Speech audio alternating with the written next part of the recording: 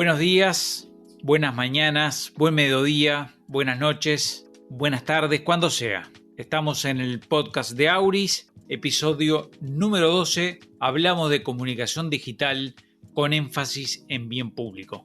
Bienvenidos.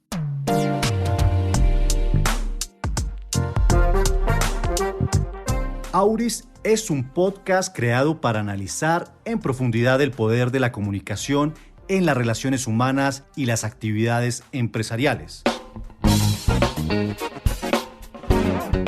Juan Andrés Elordoy, Gabriel Pastor y Felipe Rojas Azula conducirán cada podcast desde Uruguay, Estados Unidos y Colombia. Estamos conectados. Empezamos a dar una vuelta por el mundo, arrancamos por Washington, Estados Unidos.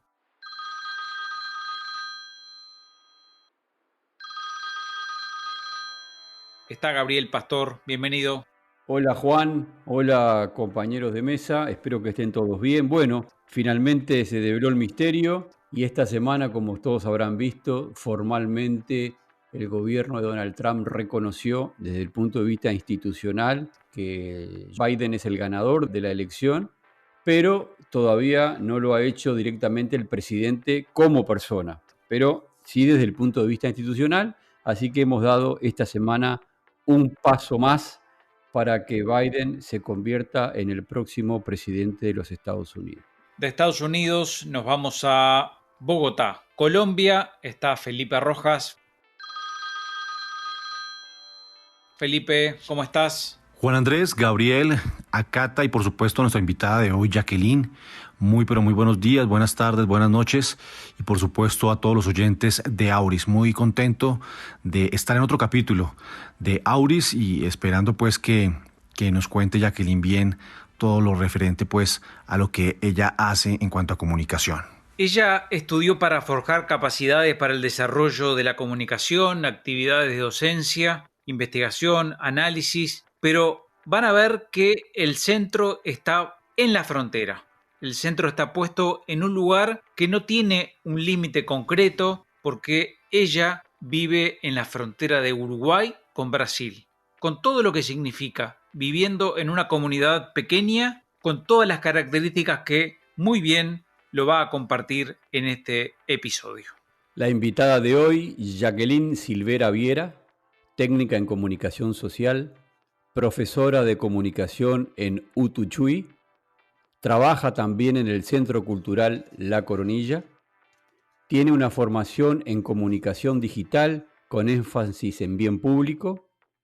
Nació en La Coronilla y actualmente vive en La Coronilla. Vamos a arrancar primero diciendo, Jacqueline, bienvenida. Ubiquemos primero el lugar, tu ámbito, tu cotidianeidad, cómo es el sitio, tus movimientos. ¿Cómo es la sociedad en la que vivís? Bueno, buenos días, buenas tardes, buenas noches para quienes nos estén escuchando y para ustedes, por supuesto, un gusto estar por acá compartiendo este podcast. Jacqueline, momento de darte la bienvenida y quizá arrancar por la ubicación, por el mapa, por la brújula, contando tú primero cómo es tu entorno, tus contactos, tus movimientos de un lugar para allá, de un lugar para acá. Estos contactos, ¿cómo los describirías? Seguramente es parecido a otros lugares del mundo, teniendo en cuenta que son comunidades pequeñas. Están, en este caso, cerca de la frontera con Brasil. Estamos con una vinculación que es particular, así que me pongo a pensar en cuántas comunidades pueden haber que tienen estas características también. Cuando decimos pequeña cantidad de habitantes, estamos hablando de 2.000 habitantes, así que ya les cuento a lo que me estoy refiriendo a la gente que nos esté escuchando, excepto Chuy, que como frontera sí ya tiene esa gran diferencia de Chuy, Uruguay. Chuy, Brasil, es una frontera seca. Quiere decir esto que ustedes dan 3 pasos y están en Brasil sin ningún inconveniente de pasaje de atención con documentación o algo así. Es una ciudad que ellos la llaman una ciudad única, una sola, y de hecho uruguayos viven en Brasil, brasileños viven en Uruguay, trabajan de ambos lados, en ambos lados, y además tiene otra característica esta frontera, porque tiene una comunidad palestina y árabe en general que tiene muchos años, que también le da otra característica a la frontera. De todas formas, la Coronilla está a solo 25 kilómetros, pero no está influenciada por esta cultura única de frontera. Es bien interesante, Jacqueline, lo que planteas, el tema de la frontera, el tema de la zona ahí del Chuy, donde no hay frontera, donde no hay aduanas, hay simplemente una calle. Pasa lo mismo en Rivera, al norte de Uruguay, siendo además que Brasil es el segundo país más afectado por la ola de coronavirus. Así que sobre este particular vale la pena un subrayado. Chuy tiene a pocos kilómetros la primer, ciudad más grande luego de la frontera, que es Santa Victoria. Santa Victoria, preocupados justamente en el comienzo del coronavirus por las condiciones que se podían generar en Brasil, teniendo en cuenta que no tienen atención médica importante hasta llegar, creo que a Sao Paulo, estuvieron trabajando dentro de la comunidad y creando con fondos que generaron dentro de la ciudad, tratando de crear, una primera línea de trabajo. Y esto creo, a mi entender, me parece que pudo haber sido lo que en definitiva haya ayudado para que no haya avanzado demasiado hacia nuestras fronteras y hacia nuestro país. ¿Qué sucede con esto?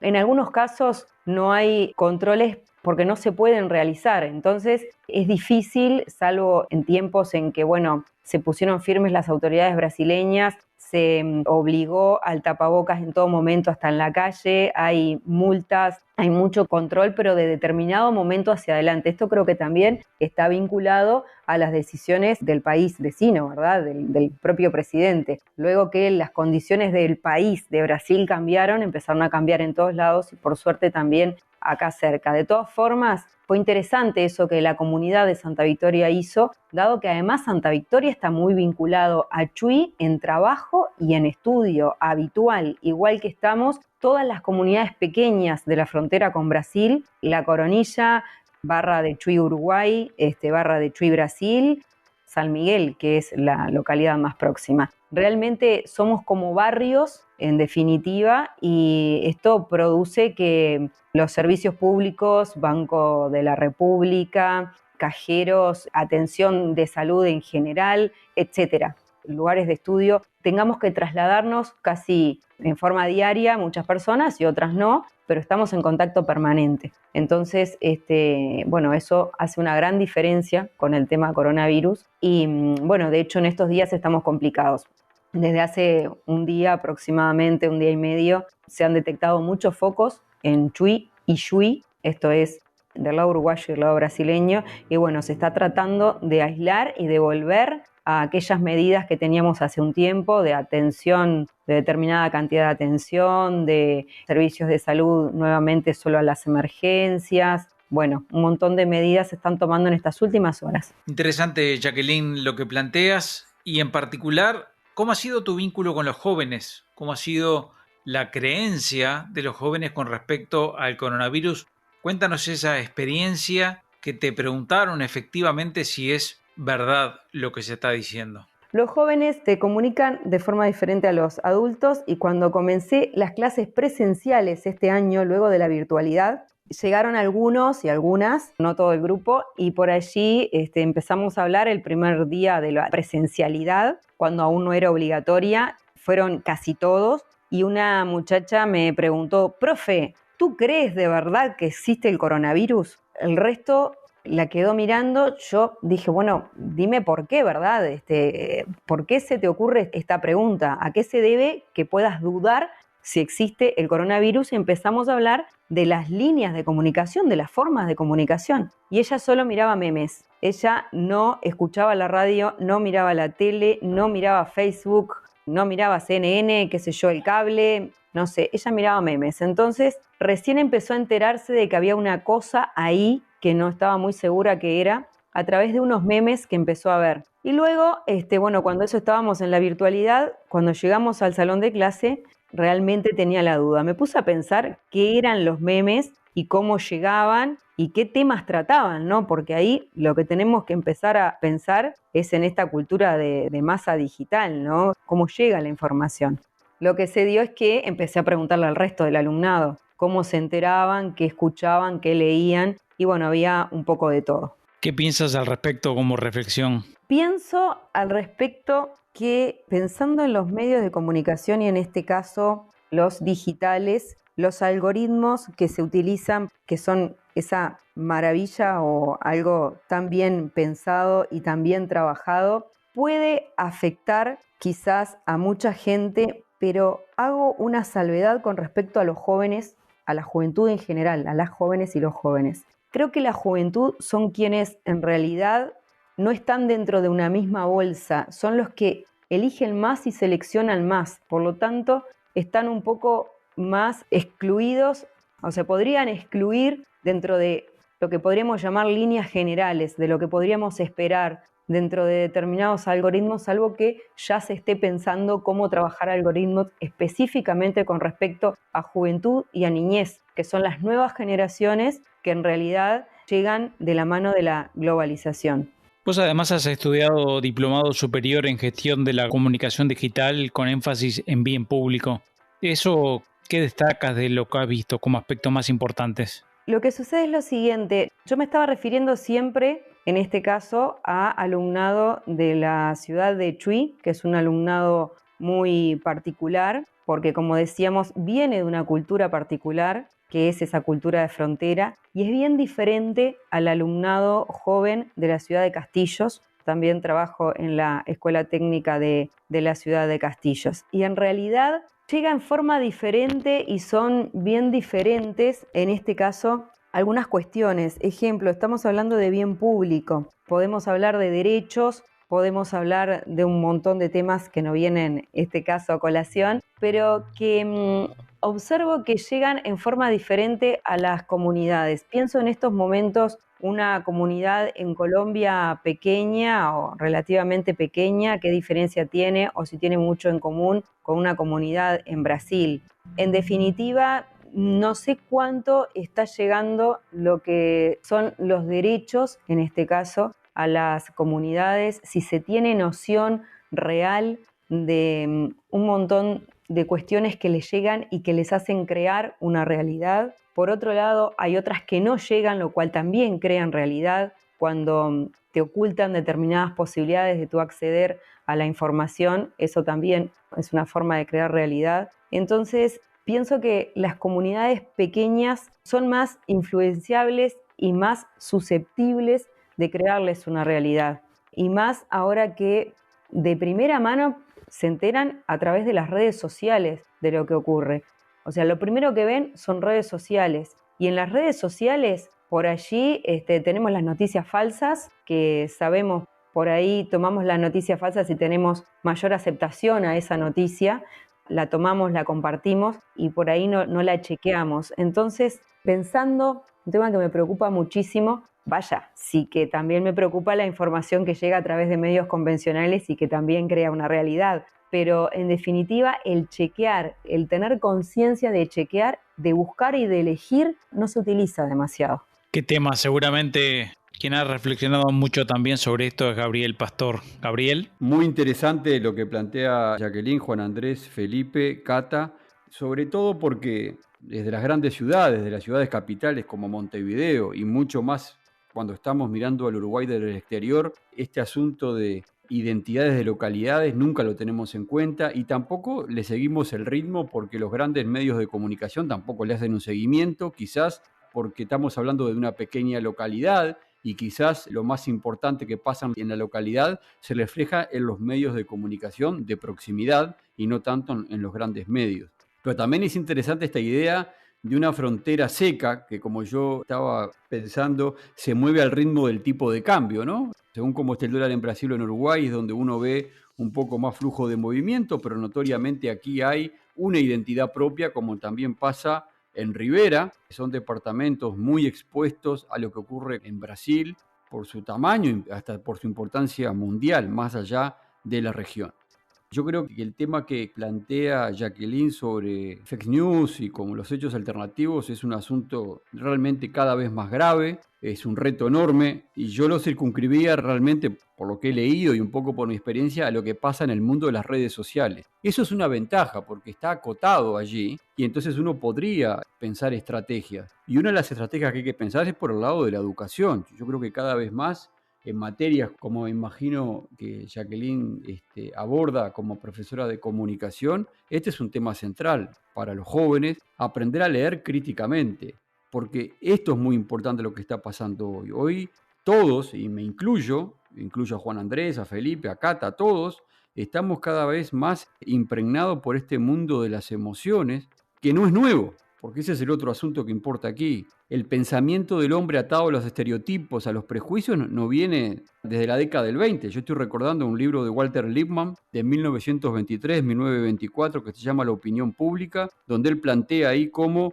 el hombre en la sociedad de masa se mueve con estereotipos, con prejuicios, que lo que busca muchas veces es confirmar su relato. El problema es que ahora todo esto no lo tenemos solamente en los medios de comunicación, digamos, que yo compro un medio de comunicación con el cual me identifico, sino que lo tenemos en las redes sociales, donde cualquiera opina, y no esté mal que opina, pero entonces le doy validez a cualquier tipo de fundamentación que no tenga argumentos sólidos, simplemente porque eso me viene en gana o porque yo creo que es así, no sé, por decir, niego el cambio climático, aunque lamentablemente ocurre también con ciudadanos muy formados. Y aquí yo creo que la educación tiene un papel central, los docentes tienen un papel central y las instituciones educativas deberían pensar en una asignatura en la que aborden esto. Ahora, sobre esto también hay algo adicional que quisiera decir y capaz que Jacqueline sobre esto tiene algo más para aportar, que yo me imagino que en un lugar de frontera como el Chuy que estábamos mencionando, debe pesar mucho también lo que ocurre en Brasil, y todos sabemos que en Brasil hay lógicas políticas de mucho poder que son negacionistas de muchos hechos, fueron negacionistas del coronavirus, son negacionistas del cambio climático, y bueno, también sabemos que hoy en la política, por lo menos en Brasil esto está sucediendo, y de nuevo, la educación tiene un papel para jugar, no para discutir con el poder, sino para demostrar hechos, que efectivamente, bueno, el cambio climático responde al comportamiento del hombre, a cómo el hombre explota el planeta, y sobre eso hay evidencia empírica. Simplemente mostrar los datos y demostrar cómo esto es así. Y lo mismo respecto al coronavirus. Sobre esto también, evidentemente, hay todo tipo de teorías, pero las teorías conspirativas son tan viejas como el propio hombre. El problema acá es la viralización a través de las nuevas tecnologías, que lo ha convertido en un asunto mucho más complejo. Me gustaría tomar esto que mencionaba Gabriel hace unos minutos porque es algo muy interesante que puedo acotar. Adelante. Con respecto a los medios de comunicación, inclusive convencionales, algo muy interesante para comentarles es que los medios grandes de comunicación, cuando decimos grandes de comunicación estamos hablando a nivel nacional, vienen al departamento de Rocha históricamente únicamente cuando hay una información muy relevante que evidentemente va a acaparar la atención del público. Esto lo siente así la gente que trabaja en prensa, en radios, en medios de comunicación de la frontera en general. La comunidad en realidad, digamos, vinculada a la comunicación en general, son comunicadores o son periodistas, tienen canales, trabajan en radios, tienen diferentes formas de comunicación, han sentido siempre esa diferencia, se han sentido siempre como que a la frontera se llega solamente a buscar información negativa, no se llega a buscar la información que hace la diferencia en el medio social o en el medio social, cultural, educativo, y esto ha sucedido desde siempre. Por otro lado, recuerdo otro punto más de lo que mencionaba Gabriel con respecto a la cultura y al país brasileño. La chica que mencionaba que miraba solamente memes o que se enteraba a través de los memes, a principio de año en la primera clase yo les llevo, empezamos a romper el hielo con algunos ejercicios. Entonces yo les llevé como texto una retirada de este año de carnaval uruguayo. Bueno, trabajamos sobre ello. La verdad es que casi nadie sabía qué significaba una retirada, qué significaba una murga. Muchos no escuchaban murga porque no les gustaba, otros no veían carnaval uruguayo, algunos, y por otro lado, muchos veían carnaval brasileño y estaban absolutamente vinculados a la cultura brasileña en este sentido. Así que es otro punto que me pareció interesante mencionar. Y por último, totalmente de acuerdo con que la educación y el ayornar los programas es lo que puede salvarnos o darnos una posibilidad, pero también los programas hay que ayornarlos porque, por ejemplo, el programa de comunicaciones, hay 2 áreas que doy, la 107 y la 108, son de administración de empresas, es en el final de estos trayectos, son de educación media tecnológica y educación media profesional, por eso es que tienen alguna diferencia entre sí, y algún programa tiene cómo trabajar con el fax en estos tiempos, donde ya nadie tiene fax. Entonces, trato desde mi lugar, desde lo que pude aprender o desde lo que trato de acercar en estos momentos, es, bueno, llevarlo al momento puntual que estamos viviendo y tratar de hablar, por ejemplo, de lenguaje inclusivo, que significa no solamente hablar con la E o con la X, trabajar los medios de comunicación alternativos antes de que llegara el coronavirus. El año pasado ya se hacía, pero esto no estaba dentro de los programas, en este caso para trabajar comunicaciones. Y de hecho, comunicaciones, les cuento, como un aspecto grave, me parece bastante importante. Comunicaciones en todo este tiempo, creo que en los últimos años puede ir cambiando, pero se ha dado por parte de maestras o de profesoras de idioma español, básicamente. De hecho, en algunas ocasiones quedan en un nivel superior cuando aspiramos a trabajar en esta docencia, porque las inspectoras son formadas en idioma español, o por ejemplo, o quizás alguna en literatura, entonces no les queda muy claro qué es lo que hacemos profesionales que estudiamos comunicación.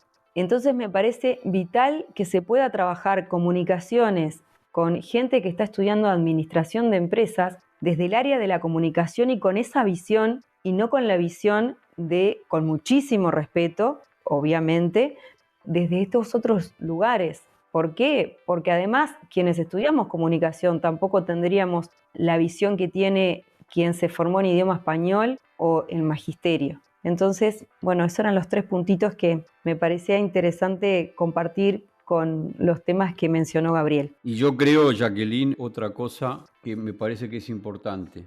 Y lo quiero plantear ahora por tu reflexión. Yo creo que tenemos que terminar con el mito de que somos un país homogéneo, porque cuando uno define las características de un país, a partir de esas características, uno va definiendo políticas públicas.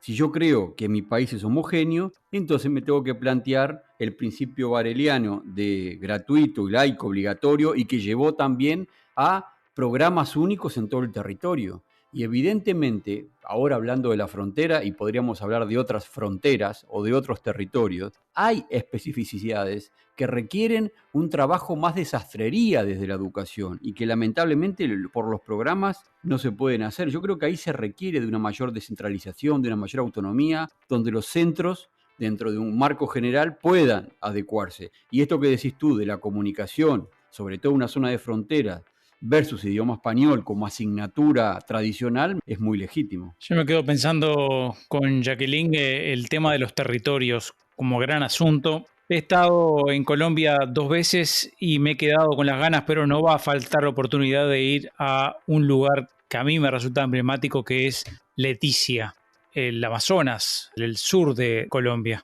Sería interesante, bueno, a ver qué dice Felipe a propósito del tema de los territorios, el caso de Venezuela, en fin. Supongo yo que sobre los límites hay mucho para decir. Bien, Juan, pues en Colombia el tema es bastante complejo. Es muy difícil porque Colombia es un país que tiene fronteras con 5 países, con Panamá, con Ecuador, con Perú, con Brasil, con Venezuela. Y eso lo hace pues que tenga una multiculturalidad en las zonas de frontera, bien sean húmedas o secas, bastante amplia, pero sobre todo que Colombia, como bien lo saben todos, es un país que ha tenido una serie de conflictos muy complejos y a esto le sumamos el fenómeno pues del narcotráfico que no da tregua. Particularmente el departamento del Amazonas, cual su capital es Leticia, como tú lo decías, Juan, tiene muy pocos colegios. Uno que me llama la atención, que es el Colegio Cristo Rey Minuto de Dios, que queda en toda la punta pues abajo en el sur colombiano, que precisamente es fronterizo ese lugar con Perú, Brasil y Colombia, ¿cierto? Más hacia el occidente, donde solo está fronterizo con Perú, está la institución educativa que es un internado que se llama San Rafael, y más hacia adentro pues de ese lugar que es bastante selvático está el colegio Casa del Conocimiento. Eso para hablar de colegios. Y pues el tema, como bien lo decía Jacqueline, es bien complejo porque los estudiantes se pueden informar a través de redes sociales, pero particularmente en este sector es muy complejo porque lo que se ha visto pues y lo que han sacado varios medios de comunicación es que los estudiantes, bien sea de colegio o bien sea universitarios por lo general siempre lo que hacen es migrar a las ciudades donde hay pues unas universidades que se posicionan pues en el ranking de buenas universidades en Colombia, particularmente están centradas en 4 o 5 ciudades que es Bogotá, Cali, Barranquilla, Medellín y Bucaramanga. Entonces, en ese orden de ideas, en este lugar particularmente que pregunta Juan Andrés, es bien complejo porque para que un estudiante de un colegio vaya al colegio, pues muchas veces se tardan entre 2, 3 o a veces hasta 5 horas caminando para llegar al colegio, porque son lugares donde la infraestructura vial no es la más adecuada y donde pues los colegios son muy pocos. Entonces, eso es un complique. Además, sumándole eso que el Estado colombiano no ha diseñado una política pública frente a la educación y frente al acceso a la tecnología. La ministra actualmente que hay en Colombia, que es la doctora Karen Abudinem, ha hecho un trabajo colosal donde ha llevado a algunos centros y algunas ciudades, lugares pues donde pueden conectarse, pero pues como Colombia es un país donde las zonas rurales son tan grandes y tan amplias, pero donde habitan también tantas personas, es muy difícil tener acceso. Entonces muchas veces uno ve en noticieros que los estudiantes ahorita que pasó con lo del COVID, que precisamente lo hacía referencia a Jacqueline, los estudiantes tenían que subirse muchas veces hasta la montaña donde medianamente alcanzaba a agarrar el celular para descargar los audios que enviaban los profesores, para descargar pues las guías que tenían que realizar, regresarse a la casa, hacerlas pues desarrollarlas y otra vez ir hasta la loma para poderlas enviar a través de WhatsApp o a través de algún tipo de aplicación o de app. Entonces en ese orden de ideas es muy complejo. Colombia tiene una geografía muy accidentada, pero tampoco ha ayudado mucho los gobiernos que han pasado. Y estos lugares, estas ciudades y estos departamentos que son fronterizos prácticamente son olvidados por el gobierno colombiano. El problema que actualmente se presenta en la frontera con Venezuela, en Cúcuta, que es una ciudad capital que tiene muy buenas universidades. Allá está la Francisco de Paula Santander. Son estudiantes universitarios que se pueden informar porque es una ciudad que evidentemente está mucho más desarrollada por la bonanza que tuvo Venezuela en los años 80 y en las décadas hacia atrás. Colombia tuvo la posibilidad de aprovechar eso y de potencializar eso. Pero ahora que se muestra lo contrario, Colombia no tiene una infraestructura como la que tenía Venezuela para poder soportar una migración tan amplia. Entonces, en ese orden de ideas, los lugares, o mejor, las zonas fronterizas, bien sean húmedas o secas, como ustedes lo dicen, son muy olvidadas por el gobierno nacional. Particularmente, por ejemplo, hay un departamento que es el departamento del Baupés, donde su capital es Mitú. La frontera es con Brasil. Creo que Gabriel tuvo la oportunidad de viajar en una expedición que hizo con la Policía Nacional cuando vivió aquí en Colombia.